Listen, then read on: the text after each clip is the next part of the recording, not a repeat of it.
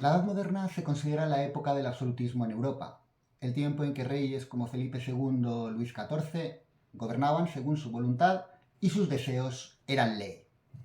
Pero, ¿realmente podían gobernar aquellos monarcas sin el consentimiento de la nobleza, de la iglesia o de las ciudades? Dicho de otro modo, ¿era realmente absoluto el poder de los reyes de la Edad Moderna? Hola a todos y bienvenidos a mi canal dedicado a la historia política de los siglos XVI, XVII y XVIII. Soy Juan Francisco Pardo y enseño Historia Moderna en la Universidad de Valencia. Pese a lo extendida que está la idea de que el absolutismo es la forma de gobierno por excelencia de la Edad Moderna, de los siglos XVI al XVIII, el sentido común ya nos debería advertir que en las condiciones materiales, de acuerdo con los medios de comunicación, de transporte, con los medios materiales de aquella época, comunicar, transmitir, hacer llegar las órdenes y hacerlas cumplir, debía de ser bastante más complicado de lo que resulta hoy en día. Además, sabemos que durante toda la Edad Moderna, la nobleza, la iglesia, las ciudades y numerosas corporaciones disponían de un poder económico y social tan considerable que los reyes no podían dejar de contar con ellas a la hora de gobernar. Y sin embargo, el poder de los reyes se calificaba ya entonces de absoluto. ¿Pero qué se entendía en esa época por absoluto? Nosotros entendemos que absoluto es lo mismo que total, completo e ilimitado.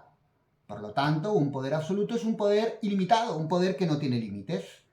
Pero en la Edad Moderna, y ya había sido así en la Edad Media, el término se entiende más en consonancia con su origen latino, como absuelto, o también desatado o desligado, es decir, solutus del verbo solvere, que significa eso mismo, desatar o desligar.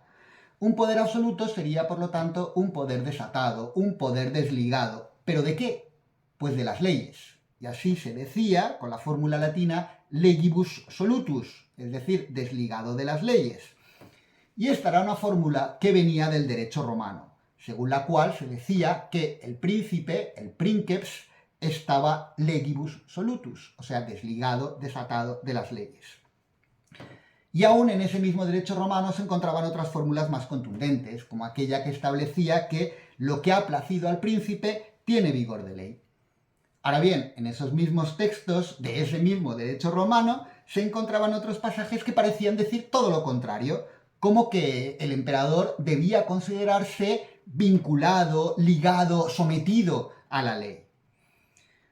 Cuando en la Edad Media se redescubrieron los textos del derecho romano y cuando se difundieron por toda Europa desde finales del siglo XI, los juristas y los políticos de entonces entendieron que estas fórmulas y otras del derecho romano, y en su conjunto el derecho romano, con el prestigio que para ellos tenía la antigua Roma, que ese derecho, fruto de los romanos, debía considerarse como una ciencia que les ayudase a entender el mundo.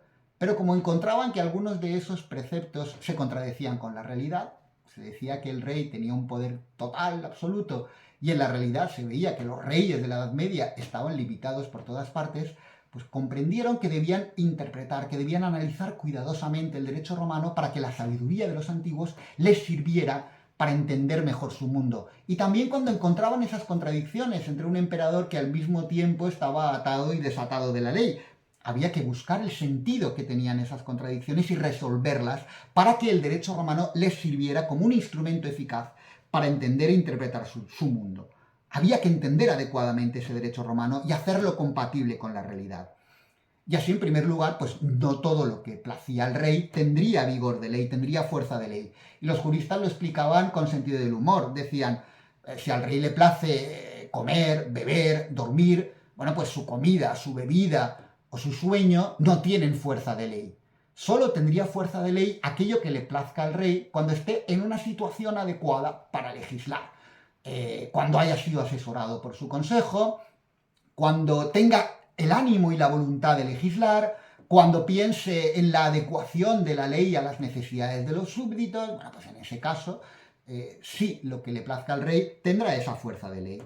Y esa contradicción que se veía en los textos de derecho romano entre un emperador desatado de la ley, pero al mismo tiempo atado a la misma, la resolvían diciendo que al emperador, en su época, en la Edad Media, al rey, no se le podía obligar por la fuerza a estar sometido a la ley, no se le podía someter forzosamente a la ley, sino que el rey, por su propia condición, por su buena índole, por su buen natural, se sometía voluntariamente a la ley. Aún así, el poder del rey seguía siendo absoluto. La cuestión estaba en establecer cuándo, cómo podía servirse de esa condición, de su poder absoluto, cuándo podía utilizarlo. Y una analogía con el poder de Dios ayudó a entenderlo, ayudó a explicar esto. Ya en la antigüedad tardía, los padres de la Iglesia habían reflexionado sobre cómo debía entenderse la omnipotencia divina, el hecho de que Dios lo puede todo. Dios, efectivamente, es soberano del universo y le ha dado, desde el principio de los tiempos, unas leyes que gobiernan el movimiento de los astros, que gobiernan el curso de la naturaleza, que gobiernan el ciclo de la vida y que gobiernan el mundo y todo lo que hay en él. Ahora bien, la omnipotencia divina hacía posible que Dios se saltara a esas leyes, que interviniese a placer en el universo. Los milagros, que son intervenciones divinas en el mundo, parecían demostrar que sí. Resucitar a los muertos, hacer que los ciegos vean, detener al sol en su curso en el cielo. Pues todo eso va contra las leyes de la naturaleza y las leyes del cosmos que Dios mismo habría dado. Y serían producto de una intervención divina, de un milagro. Ahora bien, todos los días, de manera cotidiana, el universo se gobierna por las leyes de Dios, por esas leyes aparentemente inmutables que Dios le ha dado desde el principio de los tiempos. Para explicar todo esto, los teólogos de la Edad Media distinguieron entre dos maneras que tenía Dios de ejercer su poder. Cuando gobierna el universo de acuerdo con esas leyes que él mismo le ha dado, sin actuar contra ellas, Dios está ejerciendo su potestad, o su potestas, que decían ellos, ordinaria. Pero si por el contrario decidía intervenir, actuar en contra de esas leyes, obrando un milagro, entonces Dios estaba recurriendo a su potestas extraordinaria o absoluta. Absoluta porque en ese caso estaba desligado de sus propias leyes. Del mismo modo, utilizando este parangón, se podía decir que los reyes también poseerían una potestad ordinaria y otra extraordinaria o absoluta.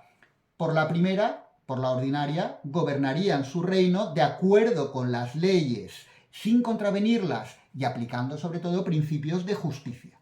Por la segunda, por la potestad extraordinaria o absoluta, recurrirían a todo su poder, a la plenitud de su poder, para suspender la ley, lo cual solo harían si se veían forzados por alguna necesidad extraordinaria, por alguna necesidad excepcional, como por ejemplo una guerra.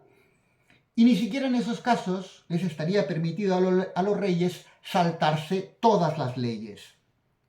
En el ejercicio de su poder absoluto no podían ir en contra ni de la moral ni de la religión, porque ambas estaban por encima de toda potestad humana, ya que ni la religión ni la moral eran de institución humana, sino que habían sido instituidas por Dios. Así, en su gobierno cotidiano, los reyes no necesitaban recurrir al poder absoluto, gobernaban de forma ordinaria a través de las instituciones, sobre todo de las instituciones de justicia, y reservaban el ejercicio de su poder extraordinario y absoluto para casos extraordinarios o excepcionales. Y en realidad, esto de que hubiese un poder que estuviera por encima de la ley podía convenir a todo el mundo, no solo a los reyes para reforzar su poder.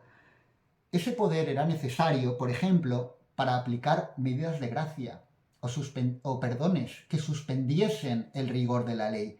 Por ejemplo, para indultar, para perdonar a un reo, a un condenado a muerte, y que el rey ejerciera su gracia con él y lo eximiera de la pena. Cuando, por ejemplo, cuando intercedían a favor de ese reo, pues nobles, ciudades, la propia iglesia, corporaciones o su familia, en casos en que aplicar la pena de muerte sería peor que no aplicarla, por ejemplo, si el reo iba a dejar desamparada a su familia, o si el reo estaba arrepentido y se había convertido en un miembro honorable dentro de la sociedad, etcétera, etcétera. En esos casos el rey podía suspender la aplicación de la pena, ejerciendo la gracia.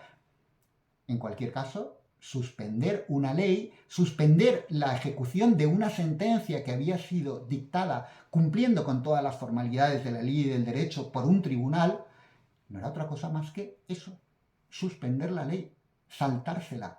Y eso solo se podía hacer si se estaba por encima de la ley, ejerciendo un poder absoluto. Del mismo modo, ese poder absoluto y extraordinario también era necesario para conceder privilegios. Y los privilegios en la Edad Moderna sabemos que los ansiaban todo el mundo. La Edad Moderna es la época del privilegio. Los nobles deseaban privilegios, pero también los deseaban las ciudades. Las ciudades los deseaban y los necesitaban, por ejemplo, para organizar una feria, para tener una feria o un mercado anual, un mercado que estuviese exento de determinados tributos, que tuviese franquicias con las cuales se pudiera atraer a los comerciantes para que negociaran en esa feria o en ese mercado. Y también las corporaciones, los gremios, por ejemplo, también reclamaban privilegios para disponer de monopolios que les permitiesen producir o comercializar sus productos en régimen de monopolio sin competencia. Y eso solo se podía conseguir con un privilegio que les otorgara la corona en el ejercicio de ese poder absoluto, porque el privilegio los eximía de la ley general. Creaba una ley privativa, una ley particular para estos sujetos concretos. Y en ese caso, el rey actuaba por encima de la ley para poder suspender, para poder hacer una excepción dentro de la propia ley. Incluso ese poder absoluto, ese poder completo, total, era necesario para legislar, para crear ley.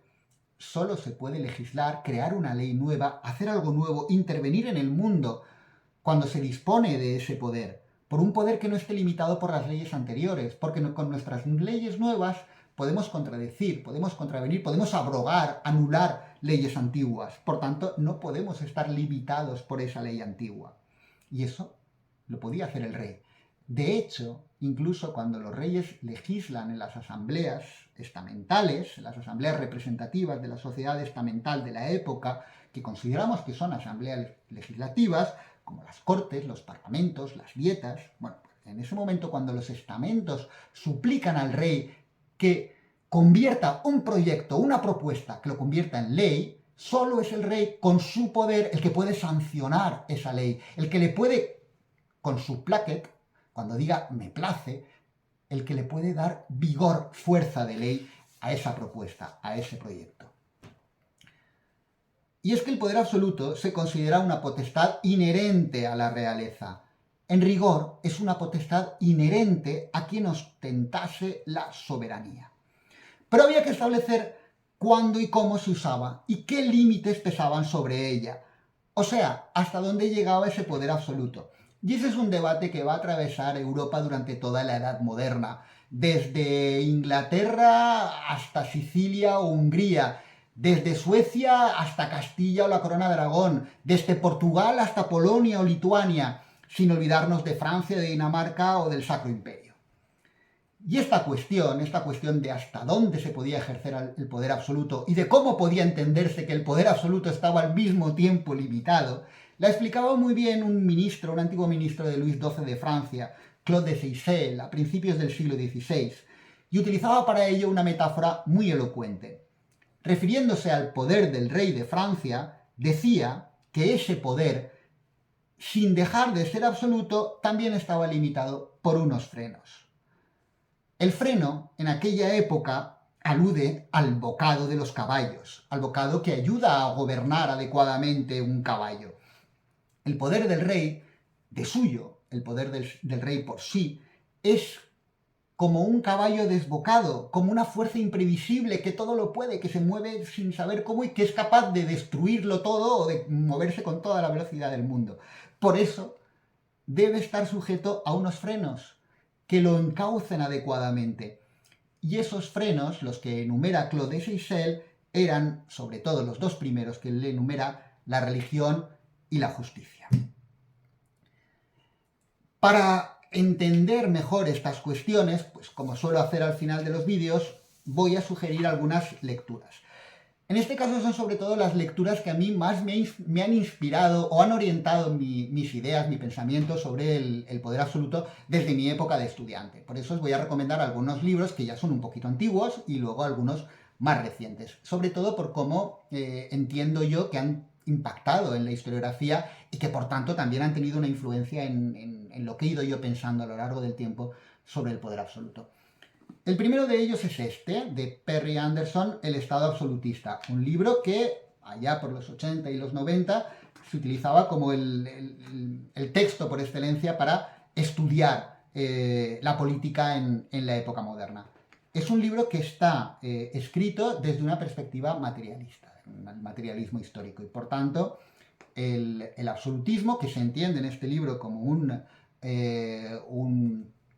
una forma política que favorece a la nobleza, propia de la nobleza, como un instrumento de poder de la nobleza a través de los reyes, bueno, pues es una etapa o una fórmula necesaria en el proceso de transición del feudalismo al capitalismo, que como buen marxista es lo que interesa a Perry Anderson. El antídoto, que digo yo, para contrarrestar la influencia de Perry Anderson es este otro libro, que, bueno, este lo leí siendo estudiante, y este también. Primero leí este, el de Perry Anderson, luego leí este, el de Günter Barudio, La época del absolutismo y la ilustración. Como veis, es un manual, es un libro de la colección Historia Universal Siglo XXI, tiene unos añitos. La primera edición en castellano es del año 83, casi nada, la primera edición en alemán del año 81. Es un libro difícil, que se lee con más dificultad que el de Perry Anderson, pero tiene una perspectiva completamente distinta a la perspectiva marxista. Ya os podéis imaginar por dónde va.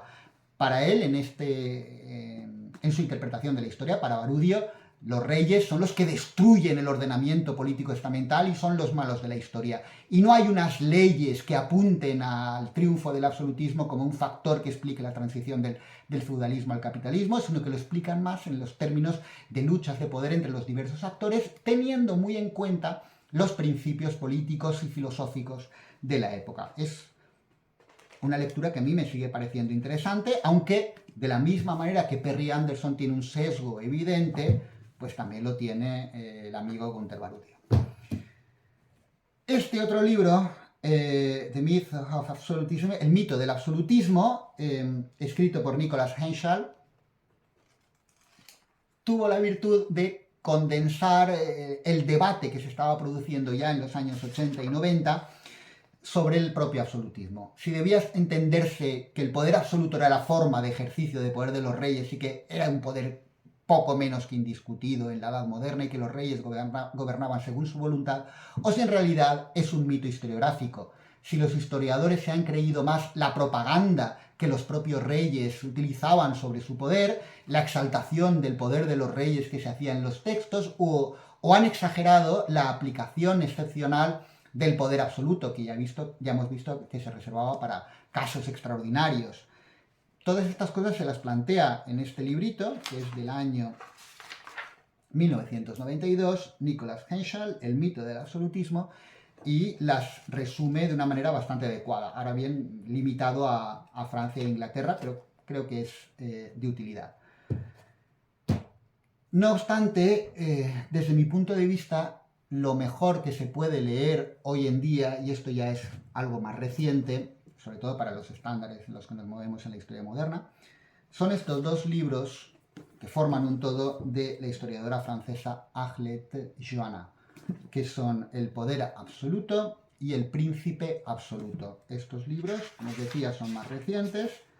El poder absoluto es de 2013, El príncipe absoluto es de 2014. Son una auténtica biología, si se puede decir así.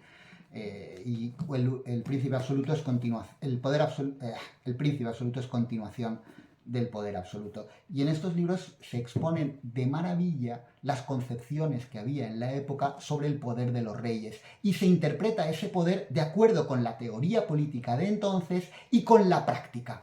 Sobre todo está referido a la Francia de la época, pero las reflexiones que hace la autora, que para mí es una de las mejores, si no la mejor historiadora del mundo moderno en estos aspectos políticos, Arlette Joannin, las reflexiones que hace son válidas para el conjunto de la cultura y de la práctica políticas de la Europa moderna.